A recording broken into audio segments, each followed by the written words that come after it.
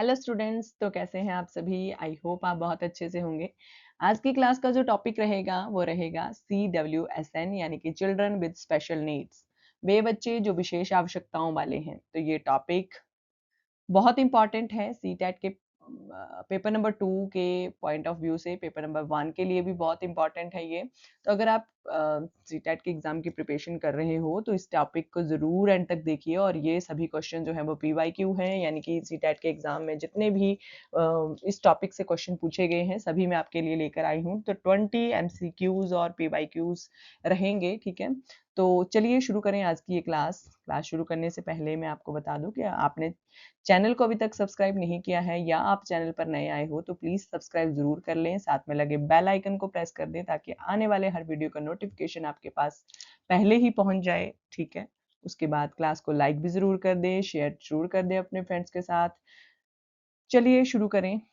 जो first question है हमारा उसमें तो हमारा हेडिंग से ही क्लियर हो जाता है, लेकिन फिर भी आप क्वेश्चन देखिए कि इस प्रकार का क्वेश्चन एग्जामिनर ने जो है वो एग्जाम में पूछा था कि CWSN का पर पूर्ण रूप क्या है। तो CWSN का फुल फॉर्म क्या है, वो है option number B, children with special needs, ठीक है। विशेष आवश्यकताओं वाले बच्चे या छात्र, ठीक है। चिल्ड्रन विद स्पेशल नीड्स, ठीक है।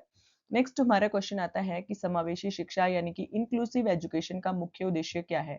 तो इंक्लूसिव एजुकेशन जो है उसका मुख्य उद्देश्य है सभी बच्चों को समान अवसर देकर साथ पढ़ाना, ठीक है। सभी बच्चों को समान अवसर देना और साथ में पढ़ाना, ठीक है। चाहे बच्चा किसी भी प्रकार का है, किसी भी लेवल का है, किसी भी मतलब तरह का बच्चा है, उसको अलग ना पढ़ाकर उसको एक साथ बच्चों के साथ पढ़ाना, ठीक है। सभी बच्चों को एक समान अवसर देना और साथ में ही पढ़ाना जो है वो इंक्लूसिव एजुकेशन यानी कि समावेशी शिक्षा जो है वो कहलाती है। नेक्स्ट हमारा क्वेश्चन आता है कि CWSN जो बच्चों के संदर्भ में शिक्षक की सबसे महत्वपूर्ण भूमिका क्या रहती है। तो शिक्षक की सबसे महत्वपूर्ण भूमिका ये रहती है, जो टीचर है वो बच्चों की व्यक्तिगत आवश्यकताओं के अनुसार शिक्षण करवाते हैं, ठीक है। यानी कि मान लो कि किसी क्लास में एक बच्चा जो है उसको दिखाई कम देता है, ठीक है। एक बच्चा है उसको सुनाई कम देता है, एक बच्चा है वो चल नहीं पाता है। तो मतलब कि इस तरह से जो टीचर है वो कक्षा में हर बच्चे की आवश्यकताओं को ध्यान में रखकर वो जो है वो क्लास को लगाएंगे, ठीक है। यानी कि किसी भी टॉपिक को बच्चों को सिखाएंगे, ठीक है। जो बच्चा देख नहीं पाता है, ठीक है, उसको मतलब कि हो सकता है उसको कम दिखाई देता हो तो उसको आगे बिठा के पढ़ाना है, ठीक है। सुनाई ना देता हो तो उसको मतलब कि दिखा कर पढ़ाना, ठीक है। मतलब जैसे वीडियो के माध्यम से पढ़ाना, ठीक है। तो ये टीचर का फर्ज बनता है कि वो क्या करेगा, वो हर बच्चे की आवश्यकताओं को, हर बच्चे की नीड्स को ध्यान में रखकर जो है वो टीचिंग करवाएगा, ठीक है। नेक्स्ट क्वेश्चन आता है हमारा कि समावेशी शिक्षा किस सिद्धांत पर आधारित है। अब जो इंक्लूसिव एजुकेशन है उसका जो फॉर्मूला है, आपने यही याद रखना है कि इंक्लूसिव एजुकेशन का फॉर्मूला समान अवसर एवं समान भागीदारी, ठीक है। बच्चे को इक्वल रखना है, ठीक है। हर अपॉर्चुनिटी में बच्चे की जो पार्टिसिपेशन है उसमें, ठीक है। बच्चे को भेदभाव बिल्कुल नहीं करना है बच्चे के साथ कि किसी बच्चे को ज़्यादा अवसर दे दिए, किसी बच्चे को कम अवसर दिए, किसी बच्चे की कम भागीदारी हो क्लास में, किसी की ज़्यादा हो, ठीक है। तो बिल्कुल इक्वल रखना है बच्चे को क्लास में। एक डेमोक्रेटिक जो एक मतलब क्लासरूम का टीचिंग लर्निंग प्रोसेस जो है वो टीचर का फर्ज है कि वो डेमोक्रेटिक हो, हर बच्चे को बराबर की भागीदारी मिले, उसको हर बच्चे को समान अवसर प्राप्त हो, ठीक है। तो ये इन समावेशी शिक्षा का आपने याद रखना है ये फॉर्मूला एक तरह से। नेक्स्ट हमारा क्वेश्चन आता है कि कौन सा जो है वो CWSN की श्रेणी में आता है। तो इनमें से कौन सा जो है वो CWSN की श्रेणी में आएगा। दृष्टि बाधित बच्चा, ठीक है। श्रवण बाधित बच्चा, जिसको कम दिखाई देता है वो भी CWSN में आएगा क्योंकि वो भी विशेष आवश्यकता वाला है। जिसको कम सुनाई देता है वो बच्चा भी CWSN में आएगा क्योंकि उसको भी विशेष आवश्यकता है, ठीक है। नेक्स्ट ऑप्टिज्म से ग्रसित बच्चा जो है वो भी इसी श्रेणी में आएगा, ठीक है। तो ये सभी जो है वो ठीक हो जाएंगे। उपरोक्त सभी, इसका आंसर ऑप्शन नंबर डी जो है वो करेक्ट हो जाएगा, ठीक है। विशेष आवश्यकताओं वाले बच्चे ही हैं ये। ऑप्टिज्म से अगर बच्चा ग्रसित है तो वो भी CWSN के अंडर ही आएगा। नेक्स्ट हमारा आता है आरटीई एक्ट 2009 का उद्देश्य क्या है? तो RTE act right to education जो है वो उस ये जो एक्ट है 2009 जो है इसका ऑब्जेक्ट क्या है? इसका ऑब्जेक्ट है 6 से 14 इयर्स के बच्चों के लिए जो बिल्कुल फ्रीली और बिल्कुल नेसेसरी रूप से जो है वो एजुकेशन देना, ठीक है? एकदम से निःशुल्क और अनिवार्य शिक्षा देना 6 से 14 वर्ष के बच्चों के लिए, ठीक है? 6 से 14 वर्ष के बच्चों के लिए निःशुल्क और अनिवार्य शिक्षा देना जो है वो आरटीई एक्ट 2009 का उद्देश्य है, ठीक है? आरटीई एक्ट 2009 का जो ऑब्जेक्ट है वो 6 से 14 वर्ष के बच्चों के लिए निःशुल्क और अनिवार्य यानी कि बिल्कुल बहुत ज़्यादा ज़रूरी है उन बच्चों को शिक्षा देना, ठीक है? बेसिक एजुकेशन हर बच्चे के पास होनी ही चाहिए, ठीक है? उसी के लिए जो है आरटीई एक्ट 2010 9 जो है वो बनाया गया, ठीक है? लागू ये इम्प्लीमेंट जो हुआ था 2010 में ही हुआ था, लेकिन इसको जो है वो 2009 ही कहा जाता है क्योंकि इसी टाइम पे इसकी इम्प्लीमेंट की बात जो थी वो चली थी, ठीक है? इसके मतलब लाने की बात जो थी वो चली थी, ठीक है? नेक्स्ट हम क्वेश्चन देखते हैं आरपीडब्ल्यूडी। आरपीडब्ल्यूडी एक्ट जो है 2016 किससे संबंधित है, ठीक है? आरपीडब्ल्यूडी एक्ट जो है ये संबंधित है दिव्यांग व्यक्तियों के अधिकार से, ठीक है? दिव्यांग व्यक्ति जो है उनके अधिकार से ये वाला एक्ट 2016 जो है वो संबंधित है। नेक्स्ट आता है हमारा कि सीडब्ल्यूएसएन जो है बच्चों को पढ़ाने के लिए सबसे उपयुक्त शिक्षण पद्धति कौन-सी है? तो जो विशेष आवश्यकता वाले बच्चे होते हैं, हमने ये तो कह दिया कि हमें उन्हें जो है वो एक ही कक्षा में एक समान अवसर देकर और समान भागीदारी देकर पढ़ाना है। लेकिन उनके लिए जो पद्धति रहेगी, उनके लिए जो टीचिंग प्रोसेस रहेगी, उनके लिए जो टीचिंग मेथड रहेगा, वो कौन-सा उपयुक्त रहेगा? कौन-सा सबसे अच्छा मेथड जो है वो रहेगा? उनके लिए सबसे अच्छा मेथड रहेगा बाल केंद्रित एवं गतिविधि आधारित शिक्षण, ठीक है? यानी कि चाइल्ड सेंटर्ड और एक प्रोजेक्ट बेस्ड जो लर्न टीचिंग है वो रहेगी, ठीक है? कि यानी कि बच्चा जो है वो बिल्कुल कक्षा का मतलब प्रमुख हो, ठीक है? टीचर उस पर हावी ना हो, ठीक है? और बच्चे से जो बच्चा लर्निंग बाय डूइंग जो है वो बच्चा करे, ठीक है? बच्चा प्रोजेक्ट के माध्यम से ज़्यादा सीखे, वही बच्चे के लिए सबसे ज़्यादा उपयुक्त जो है वो शिक्षण पद्धति कहलाएगी, ठीक है? विशेष आवश्यकता वाले बच्चे जितने भी रहेंगे, उनके लिए बाल केंद्रित शिक्षा का होना और गतिविधि आधारित शिक्षा का होना बहुत ज़्यादा ज़रूरी है, ठीक है? इनका शिक्षण इस प्रकार से होना चाहिए कि बच्चे ही प्रमुख हों, ठीक है? यानी कि टीचर हो जो है वो एक सिर्फ फैसिलिटेटर यानी कि एक सहायक के रूप में काम करे, ठीक है? नेक्स्ट क्वेश्चन देखते हैं, नेक्स्ट हमारा आता है कि समावेशी शिक्षा में शिक्षक को क्या करना चाहिए? तो समावेशी शिक्षा यानी कि इंक्लूसिव एजुकेशन जो रहती है, उसमें टीचर जो है उसको क्या करना चाहिए? टीचर को बच्चों की आवश्यकता के अनुसार जो है वो शिक्षण में परिवर्तन करना चाहिए, ठीक है? बच्चे की आवश्यकताओं के अनुसार जो है वो शिक्षण में परिवर्तन करना चाहिए। ऐसा नहीं है कि कोई दृष्टिबाधित बच्चा है और टीचर ने कह दिया कि मैंने तो टॉपिक पढ़ा दिया, अब आप खुद ही करते रहो, ऐसा बिल्कुल नहीं होना चाहिए। बच्चे टीचर को अपना जो मेथड है वो उसमें चेंज ज़रूर करना चाहिए बच्चों को आवश्यकताओं को ध्यान में रखकर, ठीक है? मतलब कि अगर उनको पता है कि हमारी क्लास में हर तरह के बच्चे हैं, कुछ बच्चे ऐसे हैं जो बहुत जल्दी सीखते हैं, कुछ बच्चे ऐसे हैं जो बहुत स्लोली लर्न करते हैं, कुछ बच्चे ऐसे हैं जो मतलब कि चल नहीं पाते हैं, देख नहीं पाते हैं, मतलब हर बच्चे की जो एक आवश्यकता है, उसकी नीड है, उसको ध्यान में रखना जो है वो एक शिक्षक का कार्य होता है और अपने शिक्षण में परिवर्तन करना उसके लिए अनिवार्य हो जाता है, ठीक है? नेक्स्ट हमारा आता है ऑप्टिज्म, एएसडी मुख्यतः किससे संबंधित होता है? ऑप्टिज्म से ग्रसित बच्चा जो है वो भी सीडब्ल्यूएसएन में आता है, ये हमने अभी देखा पिछले क्वेश्चंस में। तो ऑप्टिज्म आखिर होता क्या है? किससे संबंधित होता है? ऑप्टिज्म जो है एएसडी जो जिसको कहा जाता है, ये जो है सामाजिक संप्रेषण एवं व्यवहार में कठिनाई से संबंधित होता है। बच्चा जो है वो सोशल नहीं हो पाता है। बच्चा जो है एक तरह से शाई नेचर का रहता है और बच्चा जो है वो सोशल कॉन्टैक्ट बिल्कुल भी नहीं कर पाता है और उसके व्यवहार में भी कठिनाई आती है। बच्चा किसी से के सामने आकर बात नहीं कर पाता है। बच्चा मतलब किसी से जो है वो अच्छे से बात नहीं करेगा या किसी उसको पता ही नहीं होता है कि किससे किस तरह से बात करनी है, किससे किस प्रकार से रिश्ता लगाना है, ठीक है?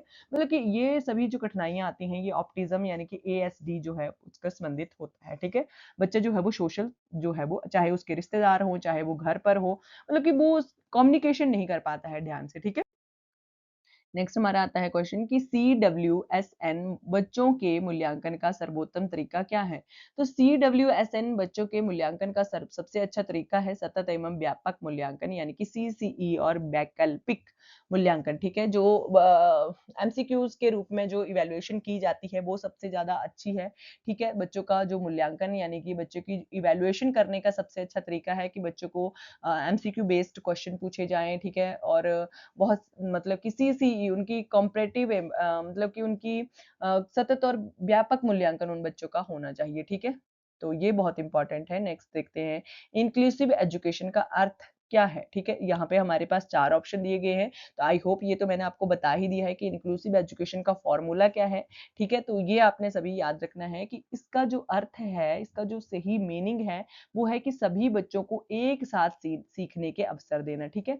सभी बच्चों को एक साथ सीखने के अवसर देना। ऐसा नहीं है कि कोई दृष्टिबाधित बच्चा है तो हम टीचर्स जो है वो कह दें कि ये बच्चा जो है वो इस स्कूल में नहीं पढ़ेगा बाकी बच्चों के साथ, इसको अलग से इसके लिए स्पेशल स्कूल होने चाहिए, ठीक है? इसके लिए वहाँ पर इसको सारे इंतजाम होने चाहिए कि वहाँ पर जो श्रवण बाधित बच्चे हैं उनके लिए अलग होना चाहिए, जो चल नहीं सकते उनके लिए अलग होना चाहिए, ऐसा बिल्कुल नहीं करना है।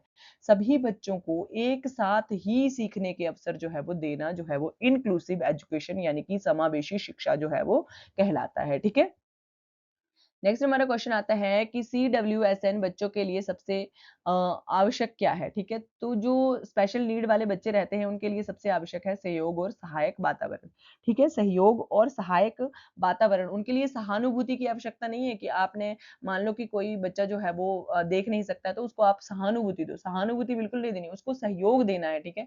और उसका सहायक वातावरण देना है, ठीक है? तो ये बहुत इम्पोर्टेंट है, उनको एक असहाय ना समझा जाए, वो उनको सिर्फ सहयोग और सही आवश्यकता की ज़रूरत होती है, मतलब सहायता की ज़रूरत होती है, बाकी वो बच्चे जो हैं वो बहुत अच्छे से सब कुछ सीख सकते हैं, ठीक है?